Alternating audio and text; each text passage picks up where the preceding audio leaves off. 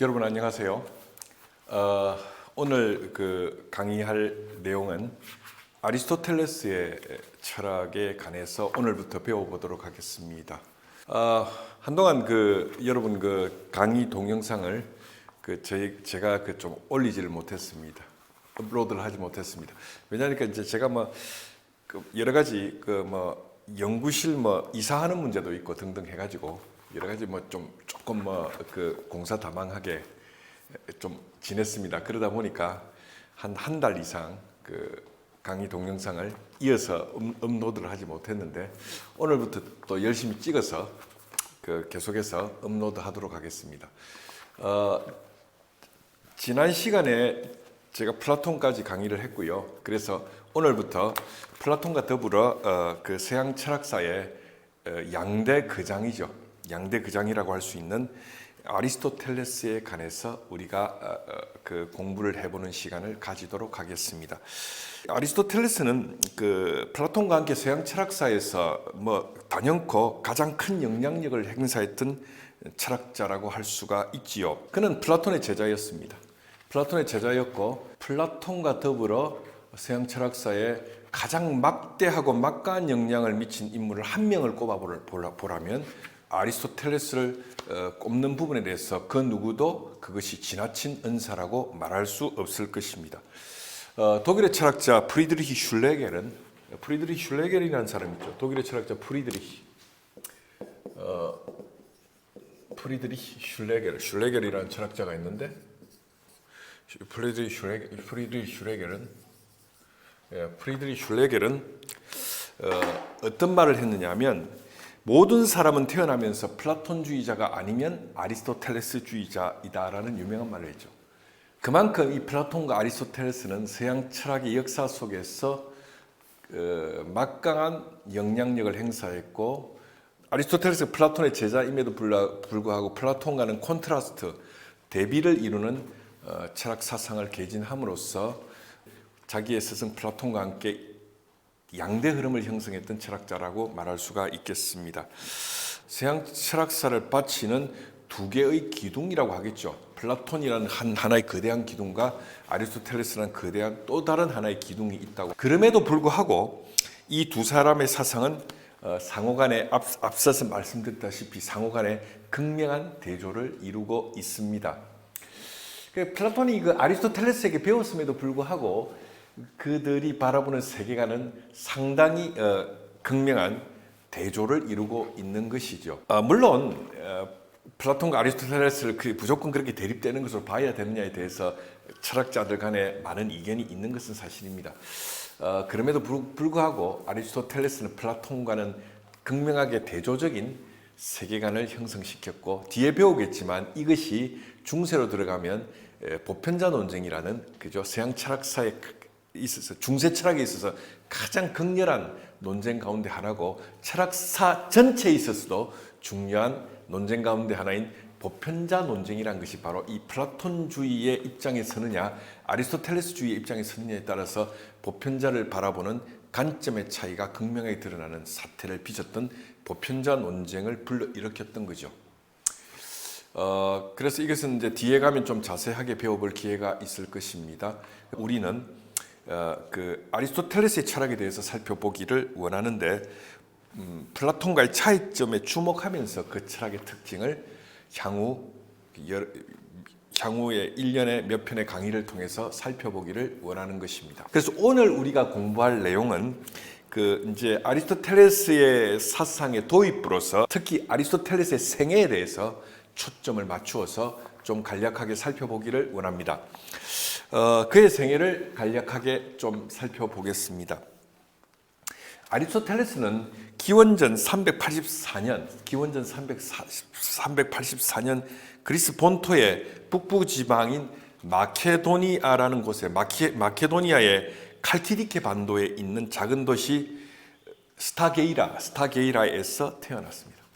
그러니까 기본적으로 이 플라톤이 아테네 지역 사람이라면 아리스토텔레스는 아테네 사람이 아니고요. 마케도니아 출신입니다.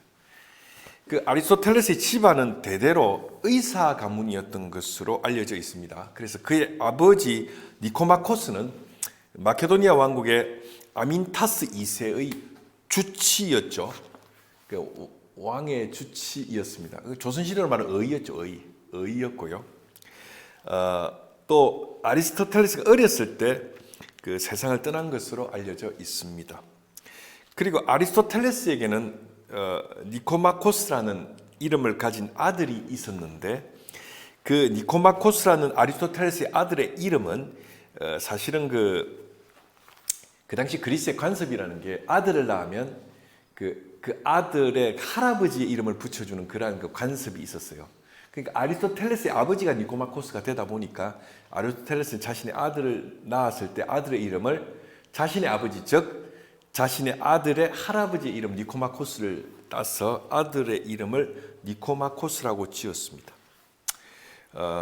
그래서 니코마코스라는 아들이 있었던 것으로 알려져 있지요. 그리고 아들과의 대화와 관계에서 썼던 유명한 윤리학 책이 니코마코스 윤리학입니다. 그게 아들과 윤리의 문제를 그저 대화를 통해서 나눈 책이죠. 그래서 니코마코스 윤리학이라는 그러한 책이 아들과의 대화 속에서 형성된 책이다. 그렇게 알려져 있습니다. 그리고 아리스토텔레스의 어머니 피스티스도 의사 집안의 딸이었습니다. 그러니까 이제 아버지도 의사고 어머니도 의사 가문의 딸이었으니까 이제 사실 의학을 업으로 하는 집안의 그저 의사 가문의 아들이었던 것이죠. 아리스토텔레스는 18세 되던 해 아테네로 와서 플라톤이 세운 학교인 아카데미아에 입학한 것으로 알려져 있지요. 그러니까 이제 그 18세 때 이제 아테네로 유학 와서 아카데미아에서 플라톤 문화에서 공부를 했습니다. 그리고 플라톤이 세상을 떠날 때까지 그곳에서 20년을 머무르면서 거기서 배웠고 그리고 교수 활동을 했습니다. 아카데미아에서 20년 동안 20년 머무른 동안 거기서 전반부 10년은 플라톤에게서 플라톤의 제자로서 공부 수학을 했고요. 그리고 나머지 10년은 플라톤과 함께 아카데미아에서 교사로서 활동하고 가르쳤던 것이지요. 그리고 플라톤이 세상을 떠나자 플라톤의 조카인 스페우시포스라는 인물이 아카데미아에서 플라톤의 후계자가 되었습니다. 사실은 요게 이제 그 아리스토텔레스가 아카데미아를 떠나게 되는 그 하나의 어떤 결정적인 사태가 되는 거죠. 왜냐하면 아리스토텔레스는 상당히 기대를 했던 거거든요.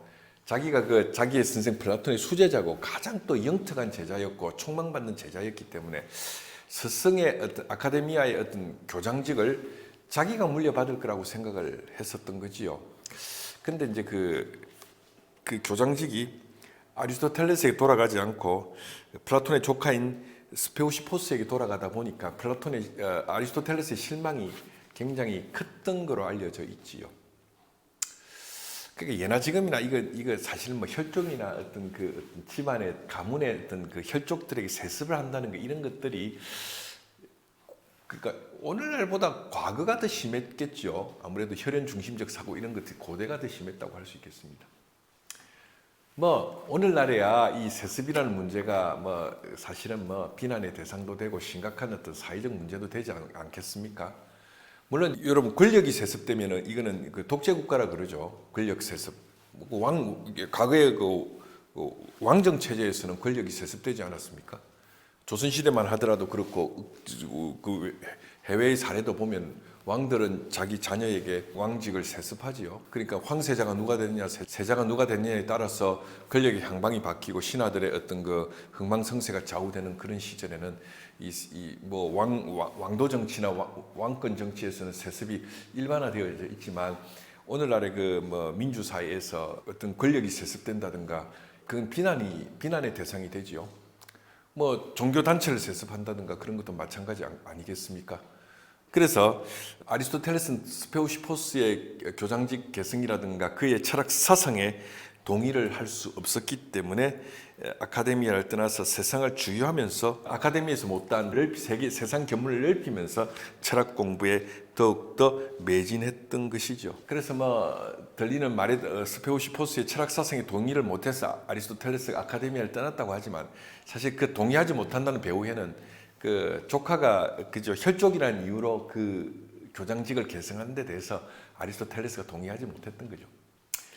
그래서 이제 세상을 주유하면서 여러 곳으로 돌아다니면서 또 똑똑하고 유능한 젊은이들에게 철학을 가르쳤던 것으로 알려져 있지요.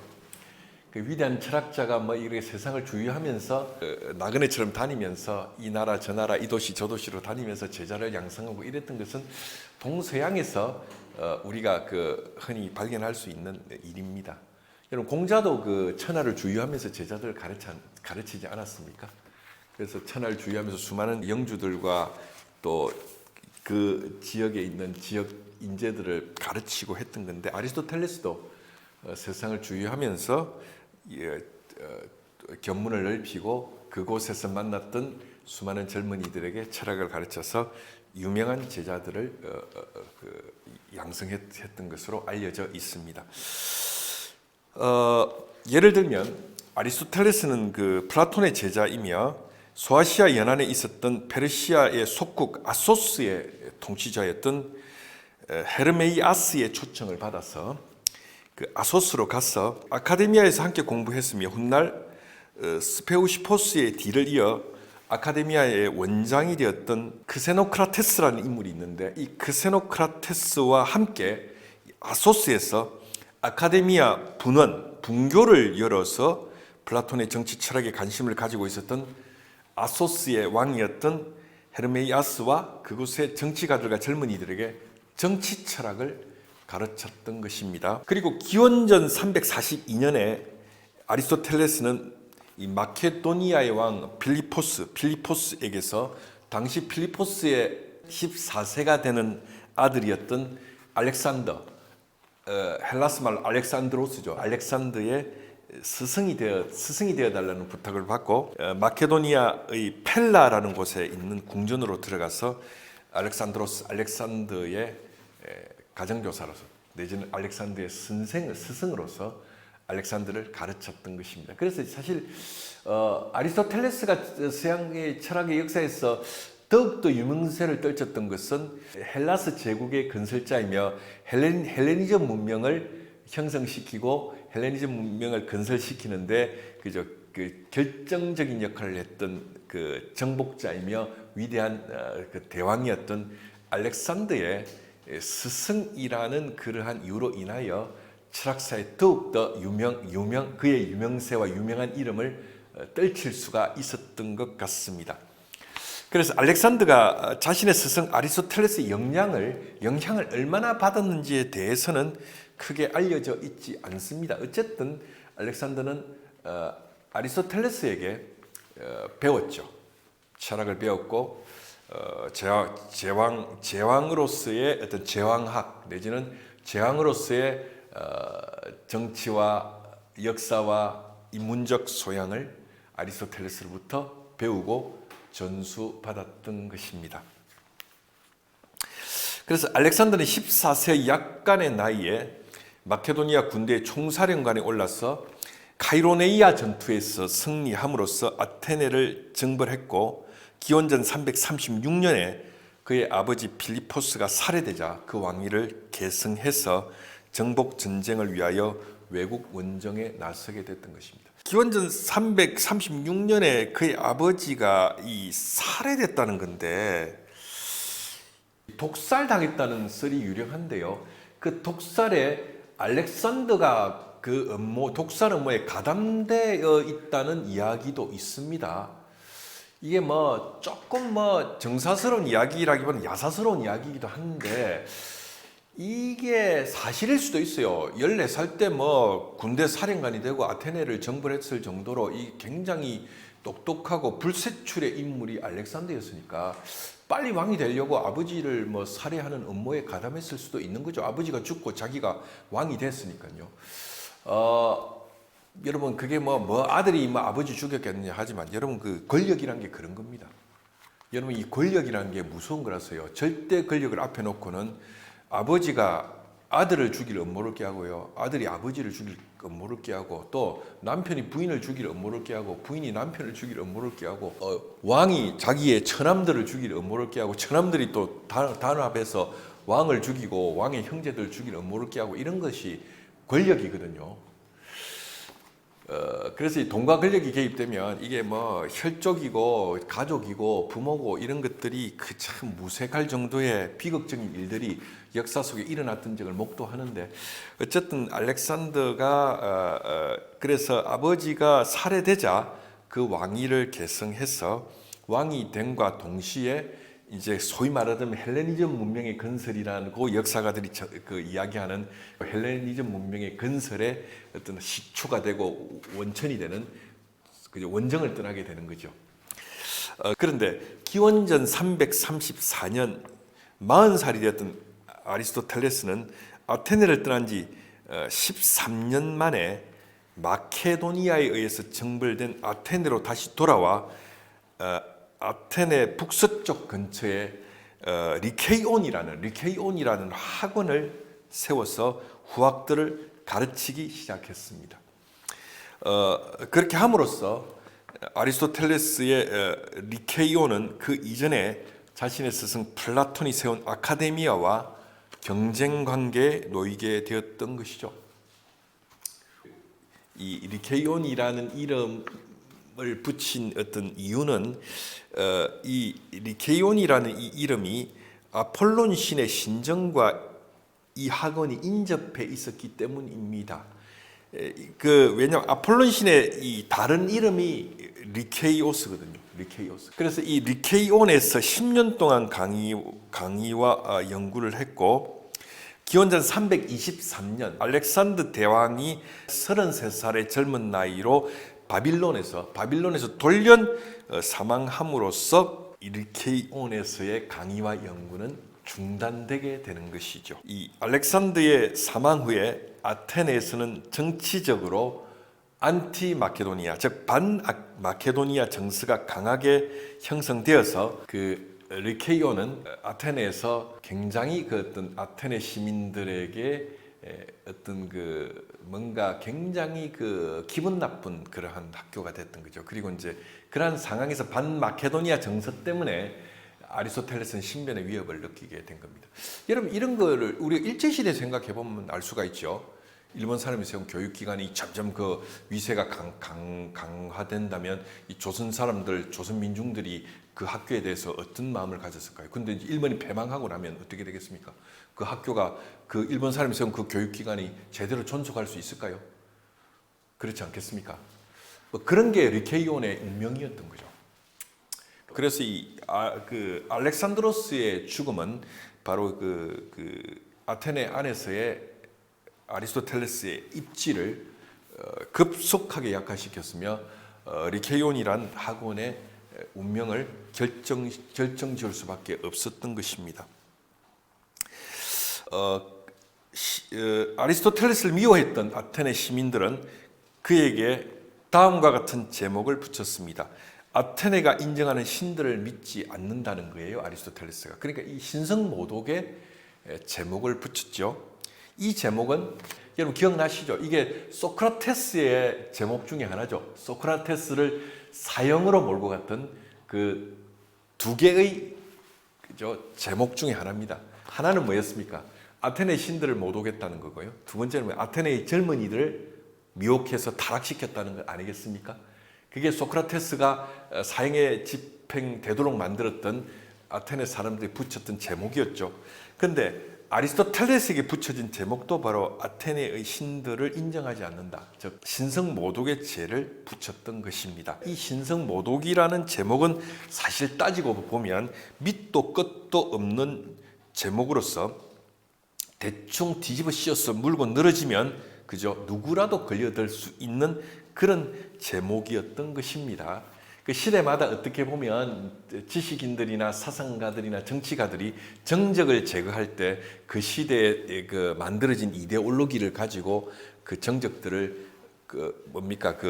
박해하고 경우에 따른 추방하고 죽이는 그러한 이데올로기가 있지 않습니까? 여러분 우리나라도 그런 이데올로기가 과거에 있었죠. 해방정국에서 일제 부역했던 친일파 사람들의 상당수가 그죠, 새로 건국된 대한민국에서 요직을 차지하다 보니까 그런 일들이 있었던 거지요. 자신들의 친일 행각을 무마하려고 또 친일 행각을 은폐시키려고 반공의 이념을 채택해서, 물론 거기에 반공의 이념을 가진 분들 중에 친일파들만 있었던 것은 아닙니다만은 수많은 친일파의 지식인들과 권력자들이 반공의 이념에 편성해서 사실은 수많은 일제시대의 애국 애족 지사들을 탄압하면서 이념의 색깔론을 가지고 이념의 색깔을 더 씌워서 애국 애족적 지사들 탄압하고 정적을 제거했던 역사가 우리나라에도 있었지 않습니까? 그렇죠, 여러분? 여러분 제주 4.3 사건 같은 것도 그런 거 아닙니까? 이게 이제 우리나라에서 공식적으로 이게 이제 이 제주 4.3 사건에 대하여 정부가 공식적 입장을 내고 역사를 정리해서 지금이라도 참 그건 잘된 일이고 다행한 일입니다만은 제주 도민들이 갖고 있는 4.3 사건에 대한 정서는 굉장히 오랫동안 큰 깊은 트라우마로 남아 있죠.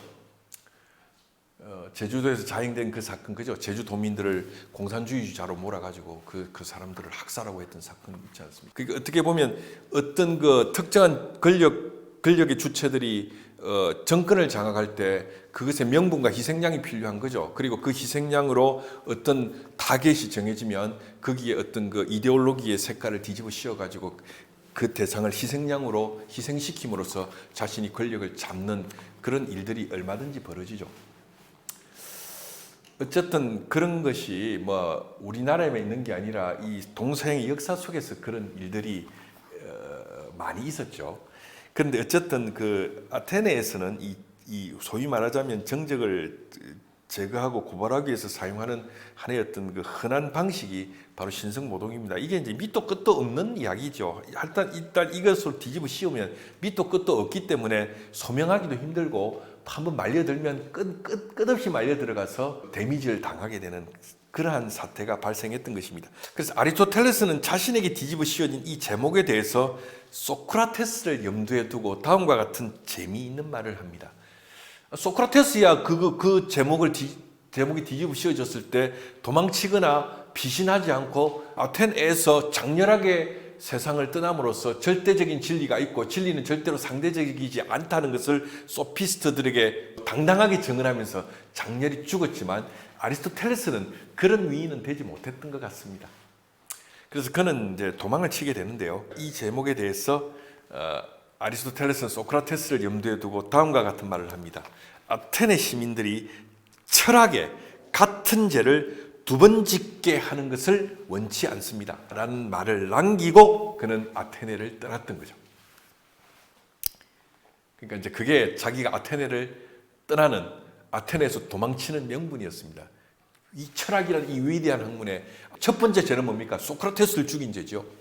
두 번째 죄는 뭡니까? 나마저 죽인다면 철학의 두 번째 죄를 아테네 시민들이 범하는 것이니까 그 죄를 아테네 시민들에게 내가 범하게 하고 싶지 않기 때문에 내가 피하는 그것이 여러분들에게 죄를 짓지 않게 하는 길입니다.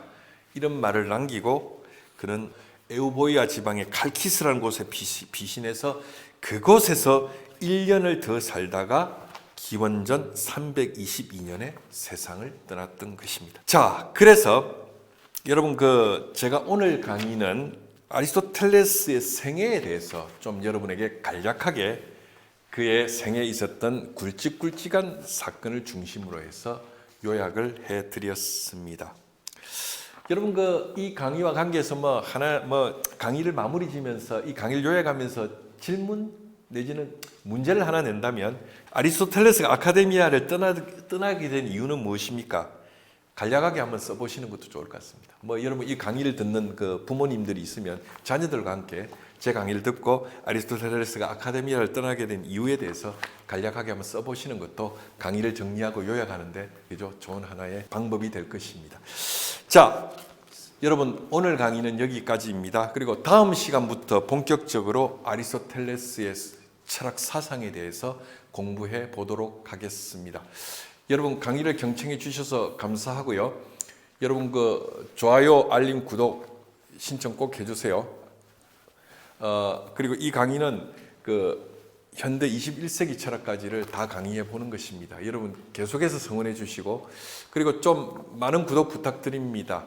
구독이 조금 정체된 부분이 있는데요. 여러분 구독해 주시면 이 본 교수에게 이 강의를 이어나가는데 큰 힘이 될 것입니다. 그리고 여러분 이 강의는 그 특정한 대상이 따로 없습니다. 남녀노소가 함께 들으시면 좋겠고요.